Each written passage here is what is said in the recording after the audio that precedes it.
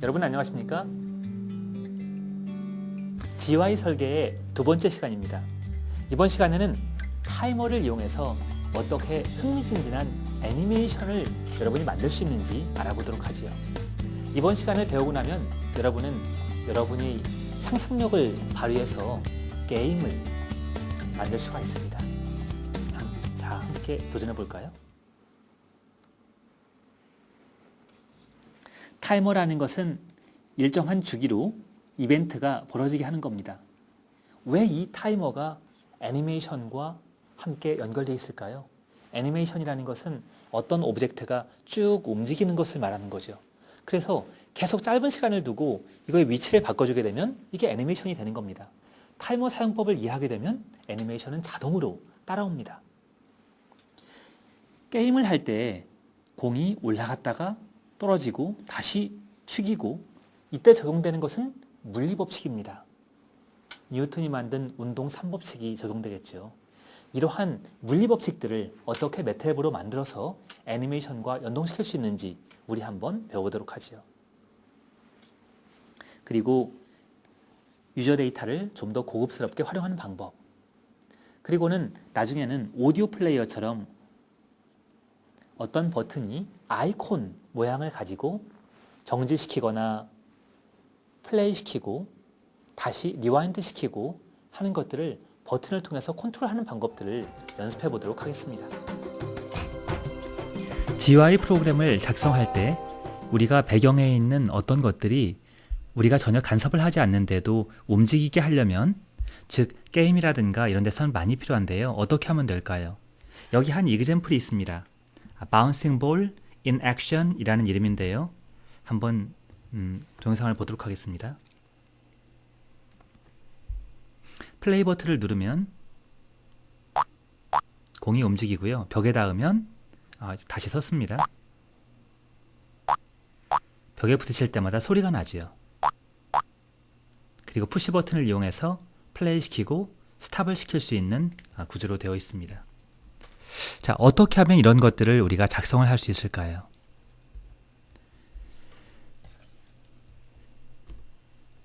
우선 첫 번째 할 일은 피겨 파일을 설계하는 겁니다. 이 경우에는 매우 간단하죠. 플레이 버튼 하나와 액시스 하나가 있습니다.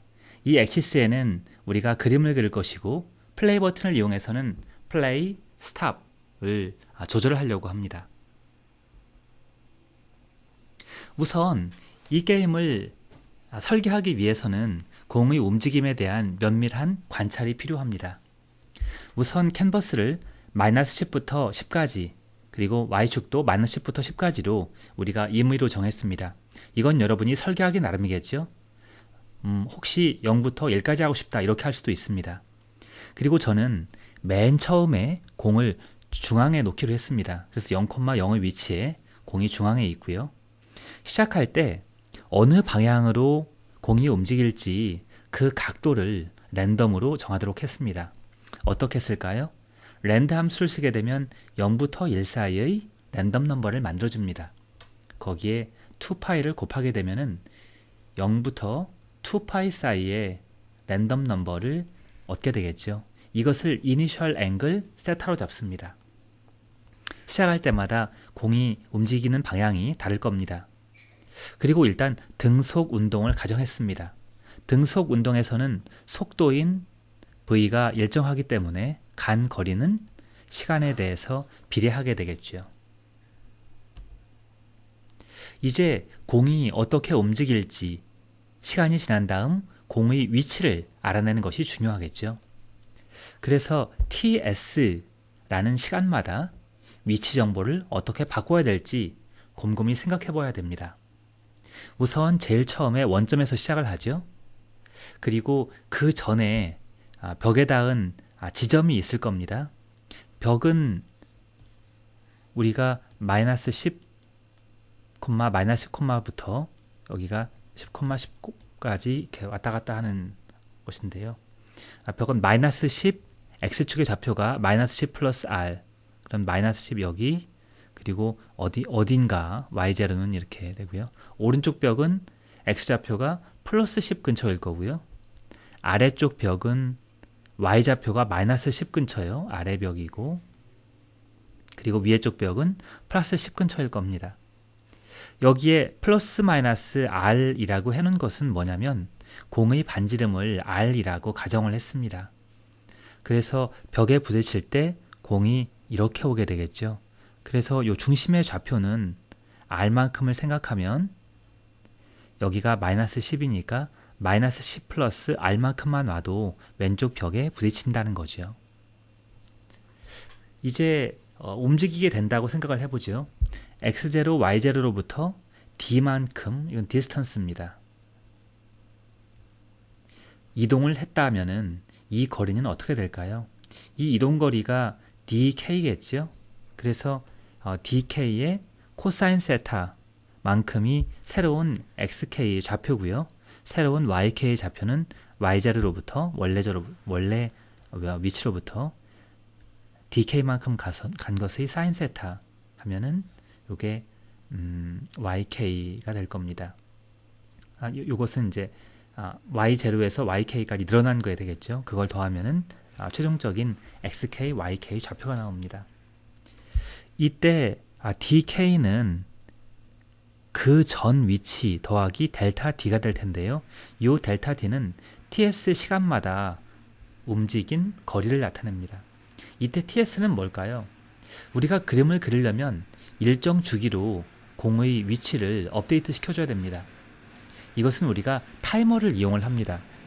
이렇게 타이머가 주기적으로 불리는 시간 간격을 우리가 TS, 타이머의 주기라고 정했습니다. 공의 벽에 닿았는지 우리 매트랩 코드에서 어떻게 확인할 수 있을까요? 공의 중심점은 XK, YK입니다. 그리고 공의 반지름은 R이라고 가정을 했습니다. 수직벽, 왼쪽 벽이나 오른쪽 벽에 닿았다면 X의 절대값 좌표, 마이너스 쪽이든 플러스 쪽이든 더하기 R을 했을 때 10보다 크거나 같게 된다면 수직벽에 접촉한 게 되겠죠. 예를 들어서 케이스 A와 케이스 B의 경우를 예를 들면 케이스 A의 경우에 X좌표가 한 마이너스 9.6 정도 된다고 합시다. 그리고 R이 한 0.5 된다 그러죠. 더하기 절대값을 취하고 0.5를 취하면은 전체가 10을 넘어가게 되죠. 10.1이죠. 아하, 이런 알고리즘을 써서 수직벽에 닿았다라는 걸 확인할 수가 있습니다. 마찬가지 방법으로 위나 아래, 천장과 바닥에 닿는 것은 y좌표의 절대값에다가 r을 더했을 때 10보다 크거나 같게 된다면 역시 벽에 닿았다라는 걸 알 수가 있죠. 우리가 왜 딱 10이라고 정확하게 가정하지 않고 10보다 크거나 같다라고 할 수 있을까요? 그것은 왜냐하면 우리가 주기적으로 공의 위치를 검사하기 때문에 그 전에 이렇게 했다가 그 전에 이렇게 될 수 있거든요. 그래서 TS의 시간 간격마다 검사하기 때문에 어떤 경우에는 벽을 약간 투과할 수도 있습니다. 물론 이런 현상을 줄여주기 위해서는 TS 값을 작게 할 수가 있습니다. 그런데 이 타이머를 부르는 주기가 작게 되면 컴퓨터가 바빠지게 되겠죠. 그럼 너무 바쁘게 되면 제대로 또 업데이트가 안 됩니다. 그래서 이러한 시간 간격을 그림이 자연스럽게 보이도록 적당하게 정할 필요가 있습니다. 벽에 반사될 때는 어떤 운동 법칙을 따를까요? 자, 여기 벽이라고 합시다. 그리고 빨간색 방향으로 이렇게 들어왔어요.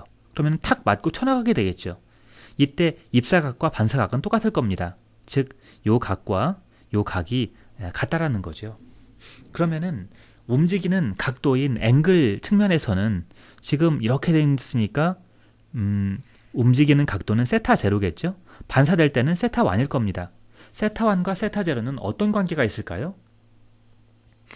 가만히 보시면 세타 제로하고 같은 것이 요각이거든요.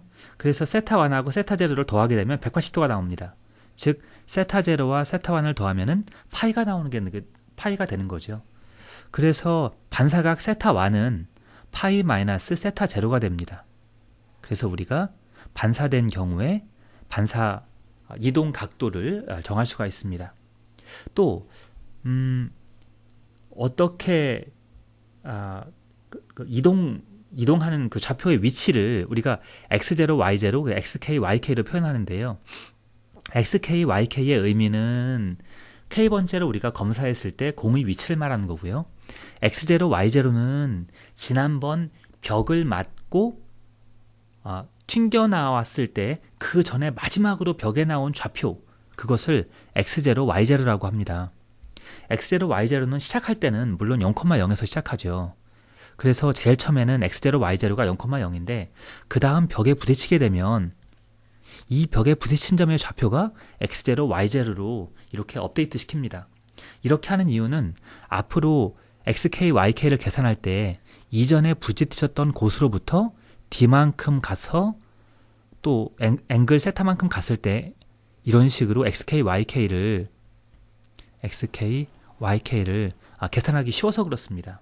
즉 언제나 xk, yk를 업데이트할 때 xk는 x0 플러스 dk 코사인 세타, yk는 y0 플러스 dk 사인 세타, 이 방정식을 따르게 하기 위해서 x0, y0를 늘 업데이트 시켜줍니다.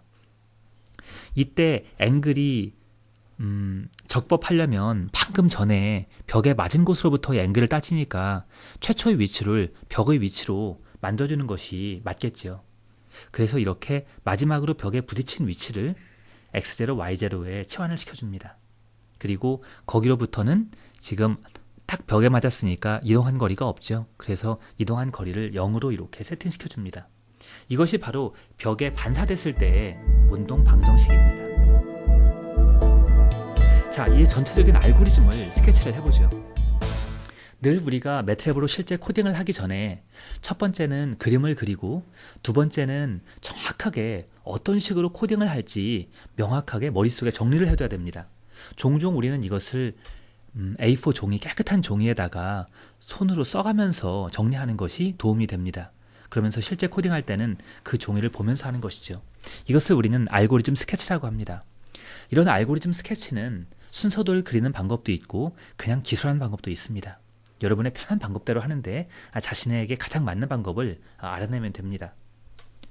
우선 GUI는 처음에 피규어 오프닝 펑션이라는 것이 있습니다. 이것은 GUI가 시작되자마자 하는 것이죠. 자, 어떻게 해야 될까요? 우리는 GUI가 이렇게 엑시스 하나가 있고 버튼이 하나가 있습니다. 이게 초기 상태죠. 그럼 이게 딱 뜨자마자 어떻게 해야 됩니까? 요 바운더리를 딱 이렇게 네모를 이렇게 그려줘야 되죠. 사각형 벽을 그리고요. 공을 가운데인 0,0에다가 이렇게 그려줘야 됩니다. 이게 두 번째 할 일이고요. 세 번째로는 공이 어느 방향으로 움직일지 랜덤 각도 세타를 잡아줘야 됩니다. 이게 이제 세타에 해당되겠죠. 그리고 TS마다 무브볼이 새로운 공의 위치를 업데이트 시켜주는 것이거든요. 부르도록 타이머를 만들어줍니다. 타이머를 만들기만 하고 아직 부르진 않아요. 언제 부르냐면은 이 푸시 버튼이 스타트나 플레이 버튼이 눌리면 그 다음에 타이머를 작동시켜서 공의 위치를 업데이트하도록 하는 거죠. 처음에는 정지 상태입니다. 그래서 타이머를 만들고 일단 스타트 시키진 않습니다. 자, 이러면은 오프닝 펑션의 일이 끝났습니다. 두 번째로는 푸시 버튼의 콜백입니다. 눌렀을 경우에 어떻게 하느냐? 그러면은 타이머를 동작시켜야 되겠죠. 타이머를 동작시키게 되면 자동으로 TS마다 무브볼이 불린다고 그랬죠. 그러면 공의 위치가 바뀌겠죠. 그리고 지금 딱 누르면은 그 플레이 모드에서 움직이고 있으니까 스탑 시켜주기 위해서는 내 버튼을 눌러라 라고 스탑이라고 버튼 이름을 바꿔줍니다. 그리고 스탑일 때 눌렸다. 그럼 현재 타이머가 멈춰있는 상태죠. 누르면은 플레이 모드로 갑니다. 그러면서 타이머를 갖다가 다시 동작을 시켜주겠죠. 이렇게 일단 아이디어를 정하고 낸 다음에 코딩을 하게 됩니다.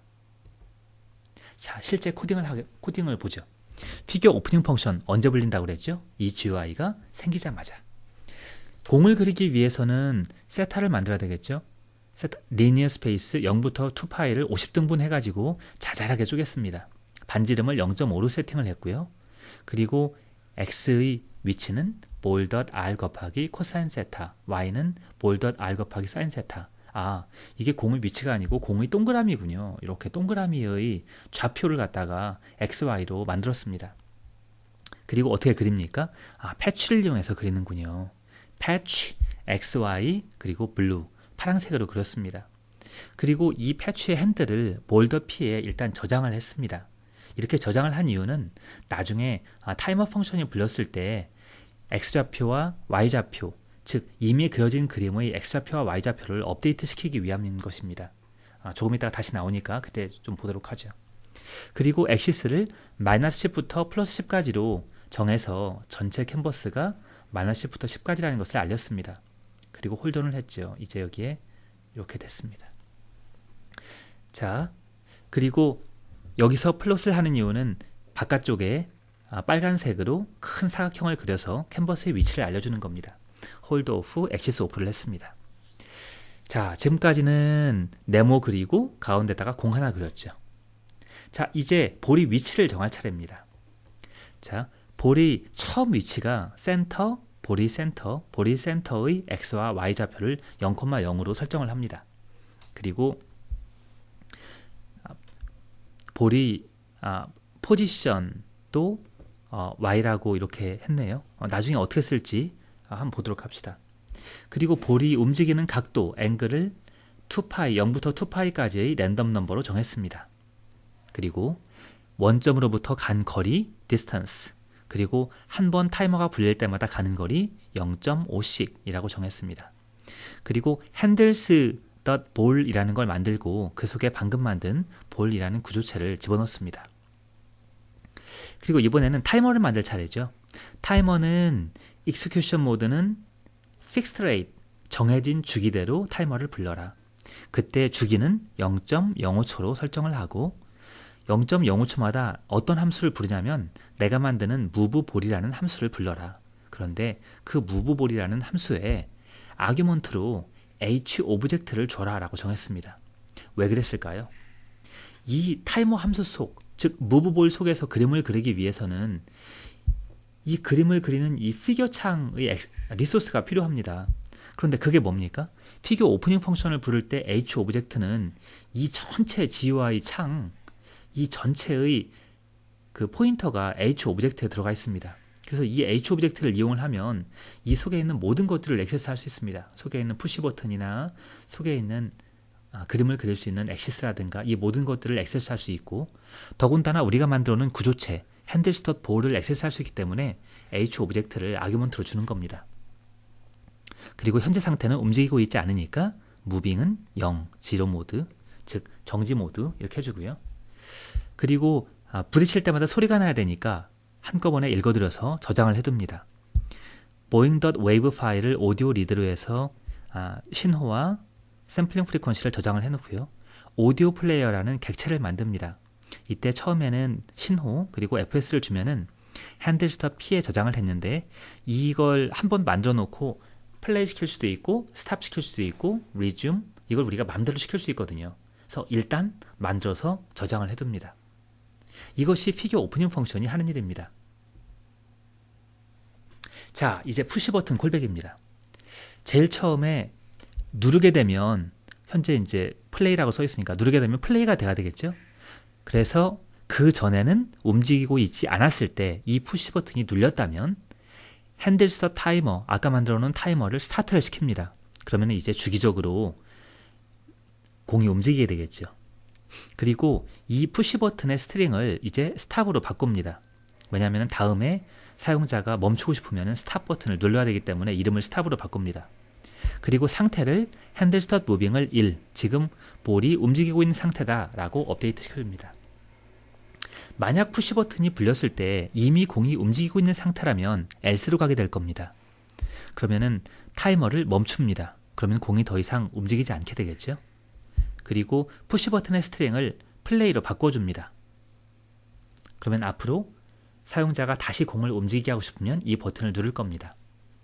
그리고 handles.moving을 0으로 바꾸어서 지금 움직이고 있지 않다라고 모드를 설정을 해줍니다. handles 값을 바꿨기 때문에 반드시 GUI 데이터 함수를 써서 handles 값이 업데이트 됐다는 것을 알려주어야 됩니다. 자, 이제 푸시 버튼 콜백도 끝났어요. 마지막 남은 하나는 뭘까요? 바로 타이머가 주기적으로 불러주는 함수 moveBall입니다. 이 페이지에 걸쳐서 설명드리도록 할 텐데요. 아까 moveBall에 아규먼트 하나를 줬죠. 그게 moveBall에 세 번째로 자동으로 옵니다. 왜 세 번째로 오냐면은 처음에 두 개는 우리가 아규먼트를 주지 않아도 모든 타이머 콜백이 가지고 있는 디폴트 아규먼트예요. 이때 오브젝트는 타이머 오브젝트를 말하고요. 이때 이벤트는 왜 이 콜백이 불렸는지 이유를 알려줍니다. 이때 이유는 타이머 expired, 즉 타이머가 속으로 카운팅하고 있다가 지금 이러겠죠. 주기적으로. 그것이 이제 이벤트 속으로 들어가게 되겠죠. 그래서 우리가 준 진짜 아규먼트는 세 번째로 들어갑니다. 이 hfigure를 이용해서 GUI 데이터 함수를 쓰면 우리가 뭘 뽑아낼 수 있냐면 핸들스 구조체를 뽑아낼 수가 있습니다. 이 핸들스 구조체는 뭐죠? 아까 우리 핸들스 구조체 속에 볼도 저장해 놨고 타이머도 저장해 놨고 그 다음에 오디오 플레이어도 저장해 놨고 그리고 핸들스 속에 푸시 버튼도 있고 핸들스 속에 엑시스도 있죠. 그래서 핸들스 구조체가 있어야 우리가 그림을 그리고 다양한 활동들을 할 수가 있습니다. 이러한 핸들스 구조체에 있는 볼을 쓰기 편하게 볼 베어러블로 다시 갖다 놓고 볼의 디스턴스는 dd만큼 이동을 시킵니다. 이 dd는 우리가 아까 0.5씩 했죠. 그래서 이전에 요만큼 갔는데 여기서 0.5만큼 더 갔다. 그게 이제 볼점 D로 업데이트 시켜주고요. 그 다음에 볼의 센터 포지션도 그 전에 있던 포지션, 그게 이제 previous x, previous y입니다. 거기로부터 볼더.t, 볼더.px, py가 마지막으로 공이 벽에 부딪힌 점의 위치가 px, py군요. 그래서 아까 알고리즘 설명할 때 x0, y0라고 했죠. 그게 바로 여기서는 px, py입니다. 거기로부터 볼 d, 요 점의 좌표가 px, py죠. 그리고 요게 d죠. 그거에 코사인 세타, 사인 세타, 요 점이 바로 cx, cy가 되는군요. 이렇게 업데이트를 시킵니다. 그리고 바운더리, 즉 벽에 부딪혔는지 안 부딪혔는지 확인을 합니다. 만약에 볼더 cx의 절대값이 r을 더했을 때 10보다 크거나 같다. 그럼 부딪혔죠. 그러면은 이 왼쪽이나 오른쪽 벽에 부딪힌 겁니다. 그러면은 어떻게 해야 되죠? 튕겨 나와야 되죠. 그 튕겨 나왔을 때 운동방정식 우리 하기로 했죠. 새로운 앵글은 반사각은 입사각하고 파이만큼 차이가 있기 때문에 파이에서 빼서 새로운 반사각을 구합니다. 그리고 이제 벽에 부딪혔으니까 그 프리비어스 시작점을 x를 요거 방금 부딪힌 점으로 업데이트를 시켜주고요. 그리고 볼이 조금 움직였다고 dd만큼 그 사이에 부딪히고 요만큼 움직였다고 d를 업데이트 시켜주고요. 그리고 cx, cy를 그만큼 눈금만큼 간 거만큼 해가지고 업데이트 시켜줍니다. 그리고 소리를 나게 하는군요. 핸들스터 P가 아까 오디오 플레이어였거든요. 그것을 플레이 시킵니다. 이번에는 위아래에 부딪힌 경우에 위아래에 부딪힌 경우도 역시 반사가 돼야 되겠죠. 이때 역시 반사각 세타1과 세타0 이때는 위아래에 부딪히면 반사각이 마이너스가 됩니다. 그리고 위치를 다시 업데이트 시켜주고 소리를 냅니다. 이렇게 새로 업데이트 시켜준 위치 그게 볼.x와 볼.y인데요. 이제 새로운 센터 cx, cy가 새로운 센터죠. 거기에 xy는 뭐였냐면은 이 원의 그 좌표가 있었죠. 원의 x좌표가 요거고 원의 y좌표가 요거였죠. 센터만 이동시켜서 새로 만든 좌표가 대문자 x하고 대문자 y입니다. 그걸 아까 그려놓은 패치의 x 데이터와 y 데이터 값으로 업데이트를 시켜주는 거죠. 이러면 자동으로 공의 그림이 이동을 합니다.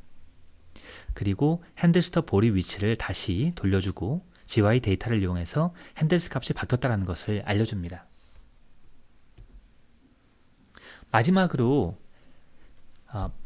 빠져나가기 위해서 클로즈 펑션을 눌렀을 때 해야 되는 일이 있습니다. 왜 이걸 해야 되냐면 우리가 오프닝 펑션에서 타이머를 만들어야 됐거든요. 이 타이머를 한번 만들어주면 항상 시스템 속에 살아있어요. 매트랩 속에.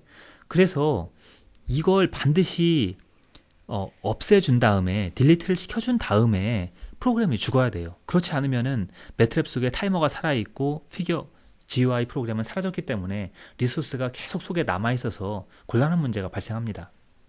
그래서 close request 펑션을 만드는데 handle-start moving이 원래 움직이고 있었다. 그러면 일단 타이머가 돌고 있으니까 타이머를 멈춰야 되겠죠. 타이머를 멈추고요. 그 다음에 딜리트 시켜줍니다. 그래서 타이머를 없앴고요. 그리고 마지막으로 피겨 창이 닫히기 위해서는 delete h 오브젝트를 통해서 피겨 창도 없애줘야 됩니다. 이걸 안 해주면 그림이 안 없어져요. 요 GUI 프로그램이 안 죽습니다. 그래서 반드시 이 과정을 거쳐야 됩니다. 이거 보고 우리가 보통 clean up the resources 라고 합니다. 사용할 리소스를 만들었으면 죽기 전에 꼭 정리를 하고 죽어라 라는 거죠. 효과음 만드는 부분을 좀 더 자세히 살펴보면 오디오 리드 함수를 통해서 boeing.wave를 읽었죠. 그리고 오디오 플레이어를 이용을 해가지고 어떤 특정 부분을 플레이를 시켜줄지를 정합니다. 그리고 소리가 나게 하고 싶으면 플레이 시켜주면 소리가 납니다. 이러한 것을 사용하는 방법은 한번 오디오 플레이를 만들어주면요.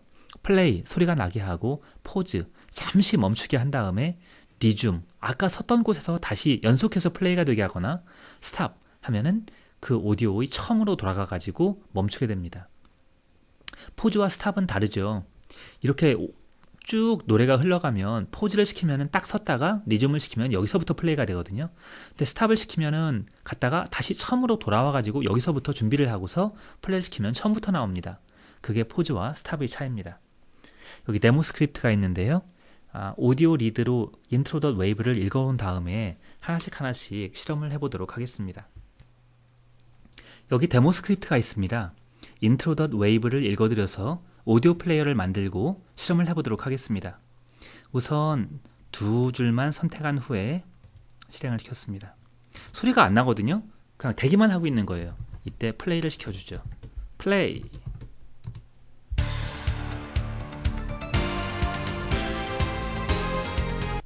스탑 시켜주면 이렇게 되고요. 처음으로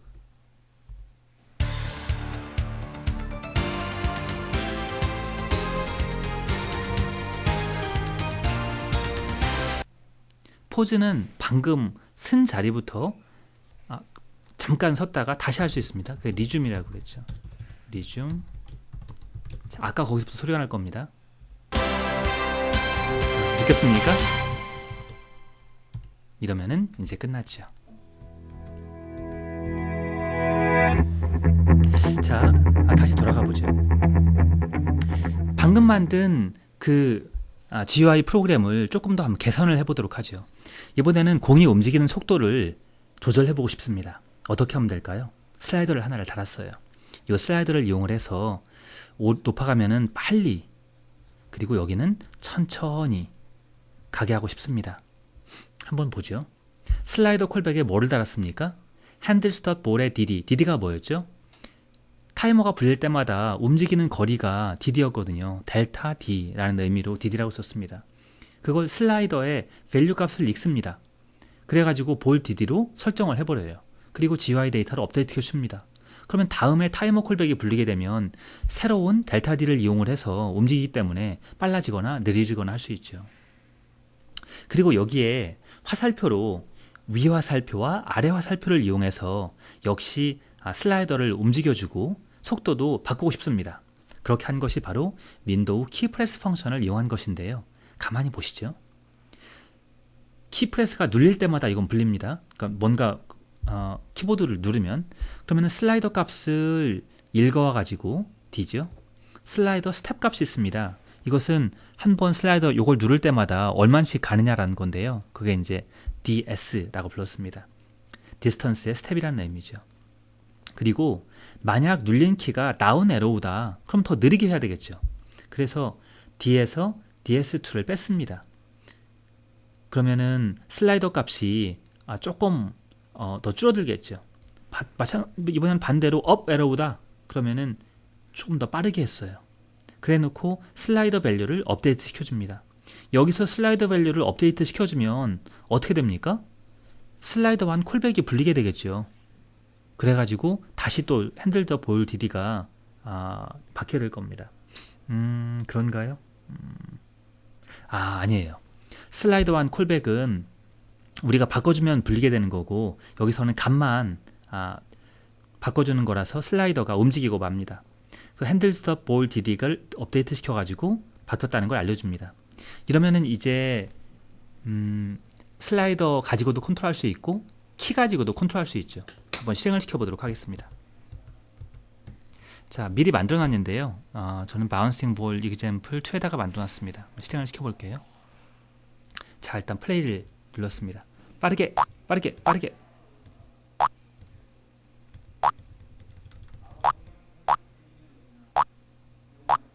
속도가 점점 빨라지죠. 느리게.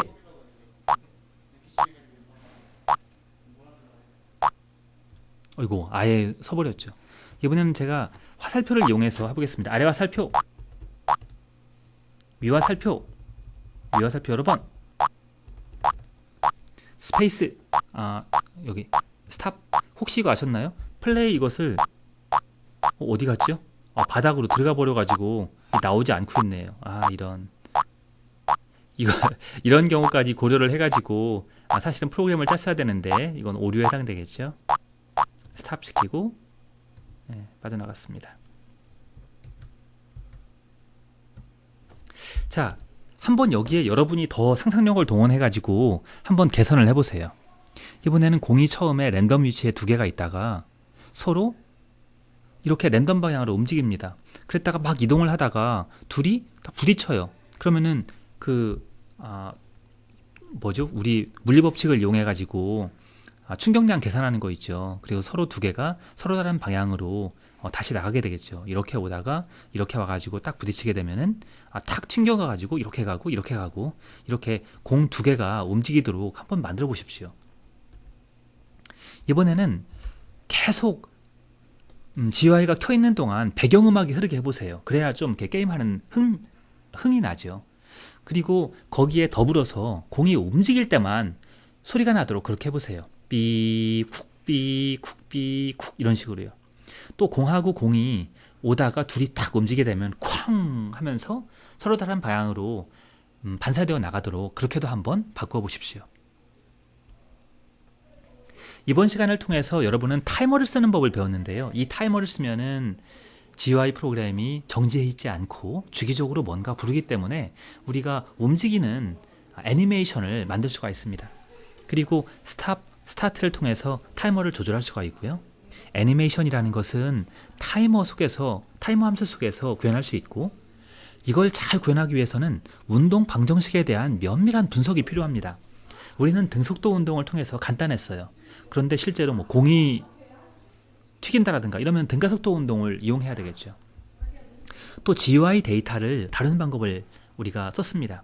핸들스 구조체 속에 우리가 필요한 것마다 다 만들어 넣어요. 그리고 그걸 바꾼 다음에 반드시 맨 마지막에 GUI 데이터를 이용해서 바뀌었다라는 것을 알려줍니다. 그래야 다른 콜백에서 이용할 수가 있게 되겠죠.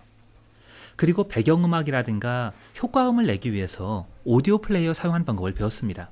한번 만들어 놓고 쭉 플레이 시키고 잠깐 멈췄다가 리즘 시킬 수 있고 아예 멈춰서 처음으로 가게 하는 방법도 있죠. 여러분, 지금까지 배운 기법들을 이용하면 여러분이 재미있는 게임을 짤 수가 있습니다. 여러분이 GUI 프로젝트를 통해서 좋은 흥미있는 이그젬플을 보기를 원합니다. 감사합니다.